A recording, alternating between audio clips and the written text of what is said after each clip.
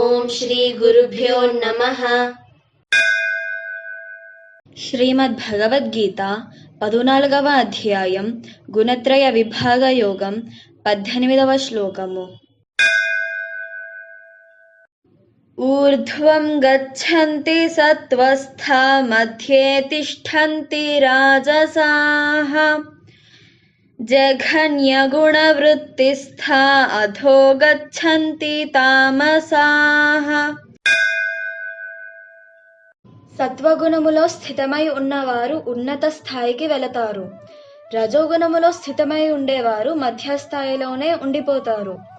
తమోగుణములో స్థితమై ఉండేవారు అధోగతి పాలవుతారు. ఊర్ధ్వం ऊर्ध्वं గచ్చంతి गच्छन्ति సత్వస్థా सत्वस्था ఊర్ధ్వం గచ్చంతి సత్వస్థా ऊर्ध्वं गच्छन्ति सत्वस्था మధ్యే मध्ये తిష్టంతి तिष्ठन्ति రాజసాః राजसाः మధ్యే తిష్టంతి రాజసాః मध्ये तिष्ठन्ति राजसाः ఊర్ధ్వం గచ్చంతి సత్వస్థా మధ్యే తిష్టంతి రాజసాః ऊर्ध्वं गच्छन्ति सत्वस्था मध्ये तिष्ठन्ति राजसाः జఘన్యగుణవృత్తిస్థా जघन्यगुणवृत्तिस्था జఘన్యగుణవృత్తిస్థా जघन्यगुणवृत्तिस्था అధో अधो గచ్చంతి गच्छन्ति తామసాః तामसाः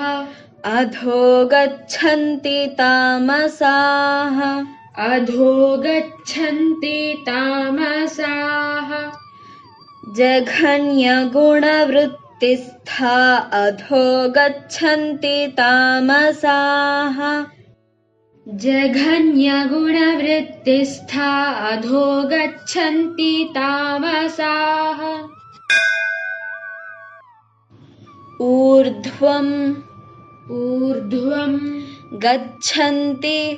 गच्छन्ति సత్వస్థా सत्वस्था ఊర్ధ్వం గచ్చంతి సత్వస్థా ऊर्ध्वं गच्छन्ति सत्वस्था మధ్యే मध्ये తిష్టంతి तिष्ठन्ति రాజసాః राजसाः మధ్యే తిష్టంతి రాజసాః मध्ये तिष्ठन्ति राजसाः ఊర్ధ్వం గచ్చంతి సత్వస్థా మధ్యే తిష్టంతి రాజసాః ऊर्ध्वं गच्छन्ति सत्वस्था मध्ये तिष्ठन्ति राजसाः జఘన్యగుణవృత్తిస్థా जघन्यगुणवृत्तिस्था జఘన్యగుణవృత్తిస్థా जघन्यगुणवृत्तिस्था అధో अधो గచ్చంతి गच्छन्ति తామసాః तामसाः అధో గచ్చంతి తామసాః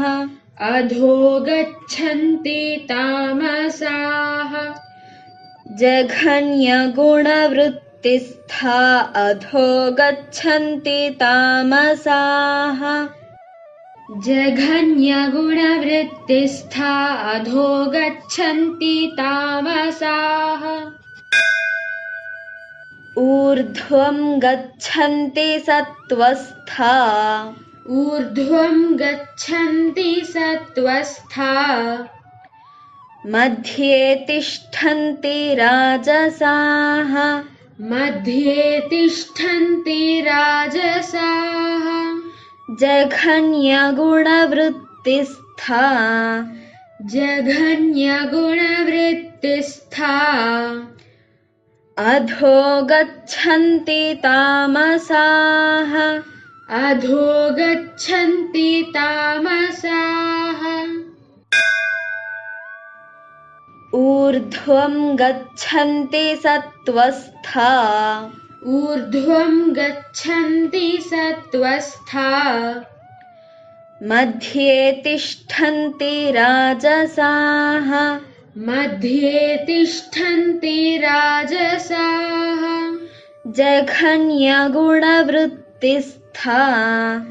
जघन्यगुणवृत्तिस्था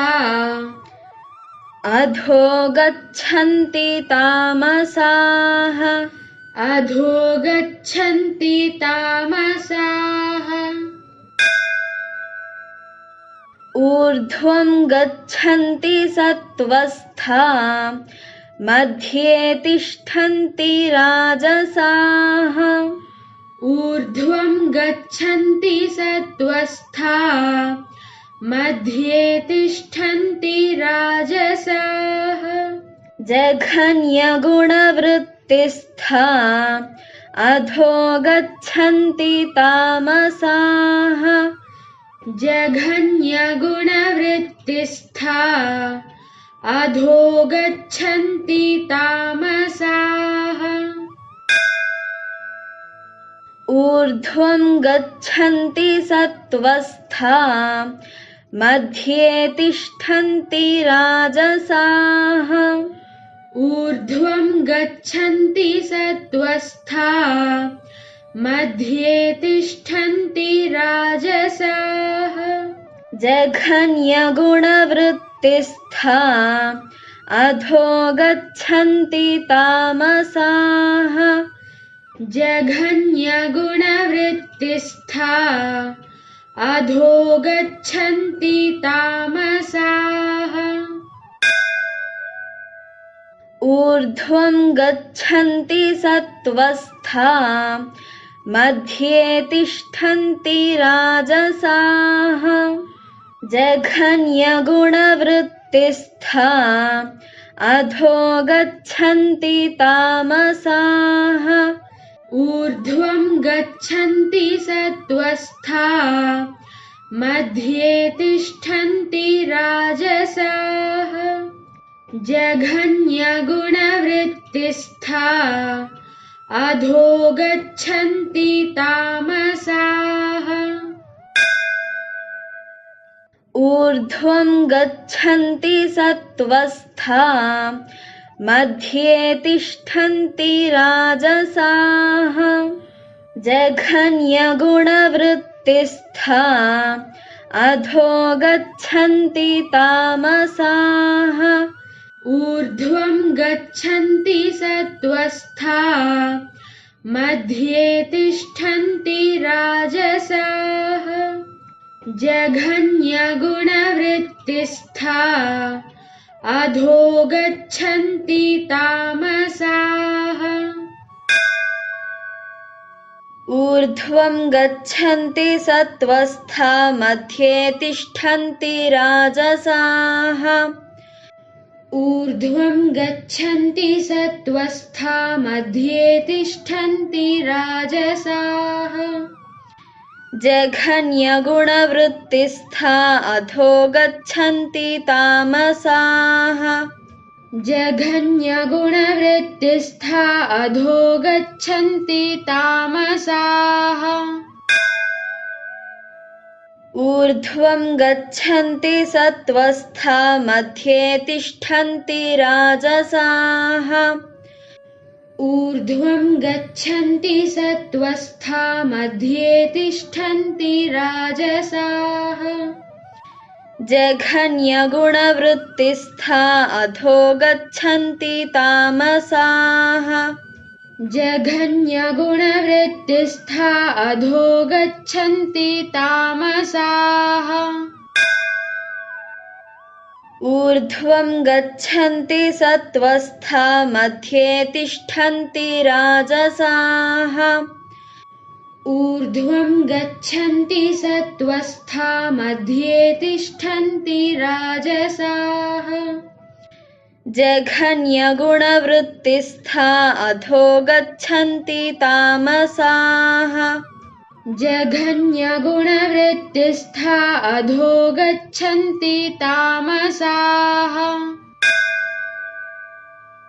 ऊर्ध्वं गच्छन्ति सत्त्वस्था मध्ये तिष्ठन्ति राजसाः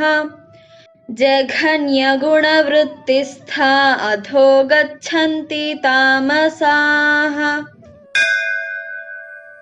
ऊर्ध्वं गच्छन्ति सत्त्वस्था मध्ये तिष्ठन्ति राजसाः जघन्यगुणवृत्तिस्था अधो गच्छन्ति तामसाः ऊर्ध्वं गच्छन्ति सत्त्वस्था मध्ये तिष्ठन्ति राजसाः जघन्यगुणवृत्तिस्था अधो गच्छन्ति तामसाः ऊर्ध्वं गच्छन्ति सत्त्वस्था मध्ये तिष्ठन्ति राजसाः जघन्यगुणवृत्तिस्था अधो गच्छन्ति तामसाः ऊर्ध्वं गच्छन्ति सत्त्वस्था मध्ये तिष्ठन्ति राजसाः जघन्यगुणवृत्तिस्था अधो गच्छन्ति तामसाः ऊर्ध्वं गच्छन्ति सत्त्वस्था मध्ये तिष्ठन्ति राजसाः जघन्यगुणवृत्तिस्था अधो गच्छन्ति तामसाः ऊर्ध्वं गच्छन्ति सत्त्वस्था मध्ये तिष्ठन्ति राजसाः जघन्यगुणवृत्तिस्था अधो गच्छन्ति तामसाः ऊर्ध्वं गच्छन्ति सत्त्वस्था मध्ये तिष्ठन्ति राजसाः जघन्यगुणवृत्तिस्था अधो गच्छन्ति तामसाः ऊर्ध्वं गच्छन्ति सत्त्वस्था मध्ये तिष्ठन्ति राजसाः जघन्यगुणवृत्तिस्था अधो गच्छन्ति तामसाः। सर्वं श्रीकृष्णार्पणमस्तु।